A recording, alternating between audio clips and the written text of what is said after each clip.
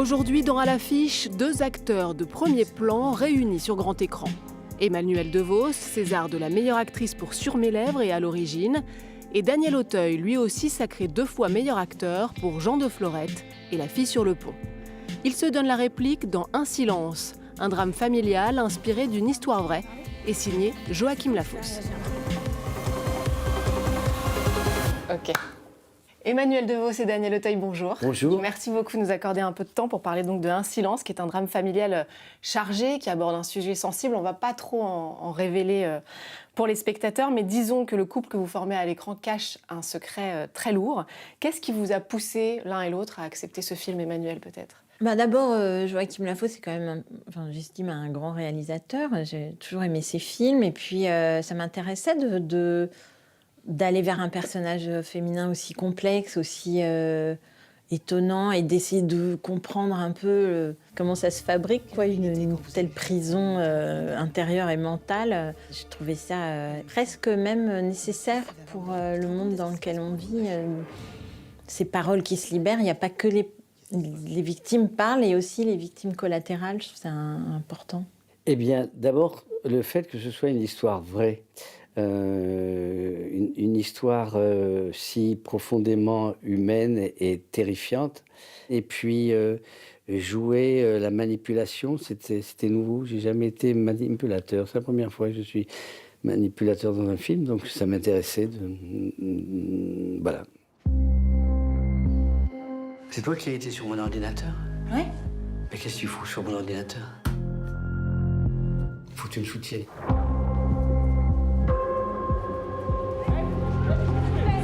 Raphaël, tu es mon fils. Tu fais une connerie, tout le monde le voit. Regarde comme ça les excite. Ils attendent que ça. Qu'est-ce qui s'est passé hier soir entre votre fils et votre mari ? Vous avez déjà incarné des personnages sombres et très peu aimables. Évidemment, je pense à L'adversaire de Nicole Garcia. Vous incarniez Jean-Claude Roman, qui est cet homme qui avait menti à sa famille pendant des années avant de les assassiner. Comment est-ce que vous abordez ces personnages ? Ça laisse quelle trace d'incarner des gens comme ça, qui ont une part si sombre ? Je triche.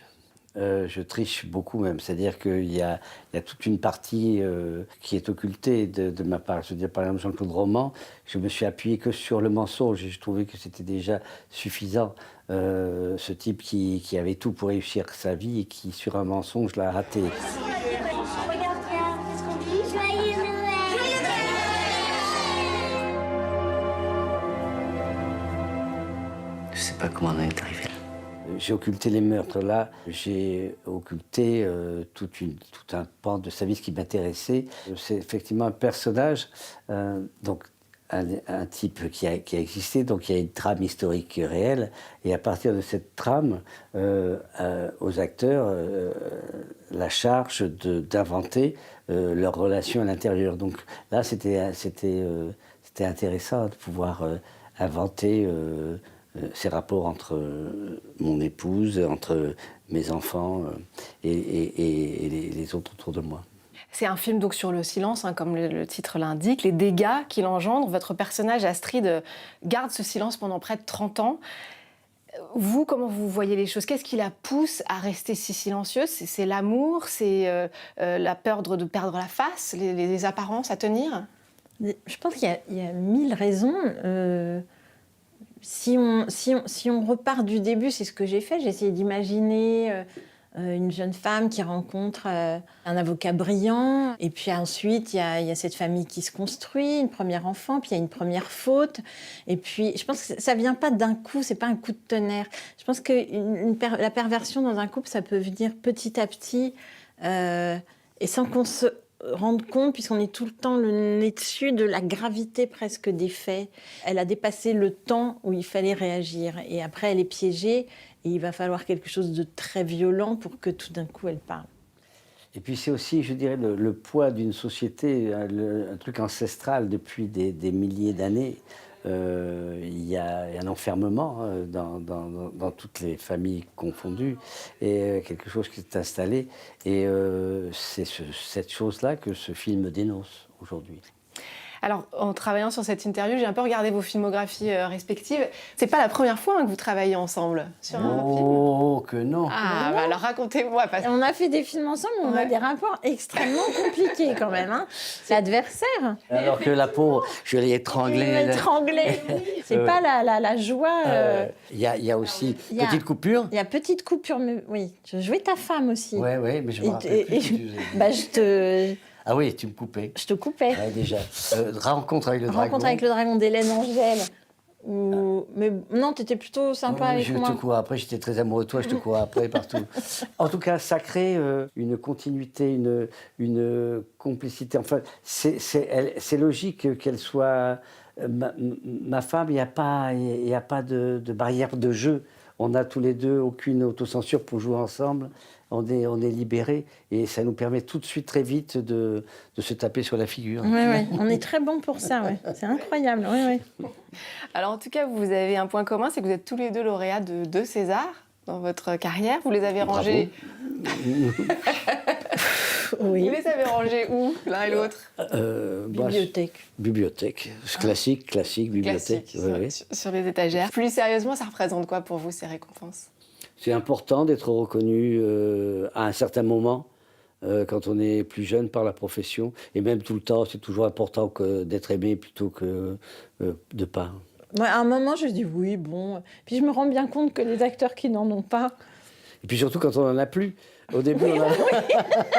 quand on est nommé, qu'on l'a plus jamais. Ouais, Oh, c'est ça. bon. Parce que ça fait 15 fois qu'ils me nomment, mais ils ne m'en donnent plus maintenant. Alors, autre point commun, vous passez tous les deux assez aisément de drames assez difficiles, comme Un silence, à des comédies. Daniel, on vous a vu récemment dans le remake du Jouet avec Jamel Debbouze. Emmanuel, vous, c'était dans Noël joyeux avec Franck Dubosc. Mhm. On peut parler là d'un grand écart. Ça vous apporte quoi de passer d'un genre à l'autre comme ça? De la souplesse, justement.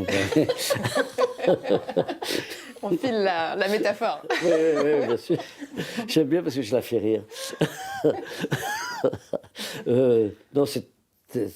J'ai toujours fait ça, moi. Hein. Oui, toi, tu as toujours Ouais, fait ça depuis le début. Ouais. Mais c'est Non, mais difficile. c'est une chance, c'est incroyable. Enfin, ça veut dire que vraiment, on est multi-rôle. C'est des acteurs à spectre large. Mais c'est peut-être aussi nécessaire, par exemple, je ne sais pas, après un film un peu intense, où on incarne un personnage qui, voilà, d'aller vers du plus léger. Oui, bien sûr. Enfin, je sais que sur Noël joyeux, je me disais, c'est marrant, les comédies, on est fatigué le soir, mais on est fatigué, mais comme si c'est une voiture hybride. Une comédie, on roule, mais on recharge en même temps la machine. Tandis que les choses plus psychologiquement difficiles, c'est vrai que c'est pas fatigant physiquement, mais c'est fatigant psychologiquement. Enfin, on dit aussi que faire rire, c'est une des choses les plus difficiles. Vous le c'est pas ressentez facile. comme C'est ça? très dur, C'est ouais, très ouais. difficile, oui. On prend plus de risques. Mais le fait d'élargir la palette comme ça nous permet d'avoir plus de travail. Aussi, Voilà. ce qui est un avantage.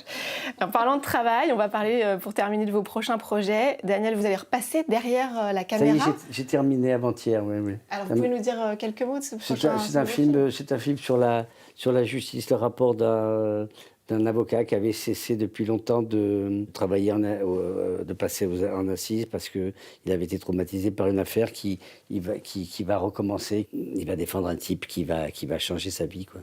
Vous êtes content de repasser à la réalisation? Ouais, j'ai vécu cette fois-ci comme une libération. J'ai vécu ça comme, en fait, j'ai vécu là comme j'ai écrit le scénario avec quelqu'un d'autre, avec un garçon qui s'appelle Stéphane Mitz. J'ai eu le sentiment que c'était mon premier film en réalité, avec l'expérience d'en avoir fait 4 avant, donc je savais un peu comment faire. Voilà.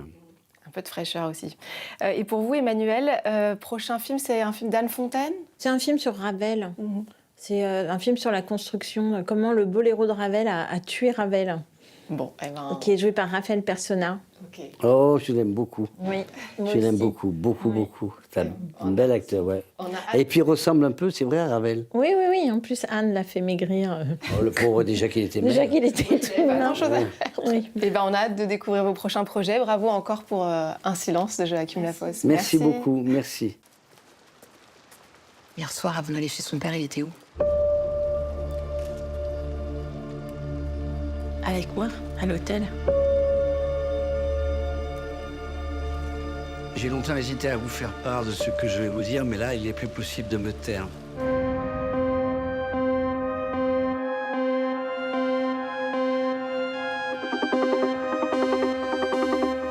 c'était le seul qui savait pas. Moi, j'ai rien dit.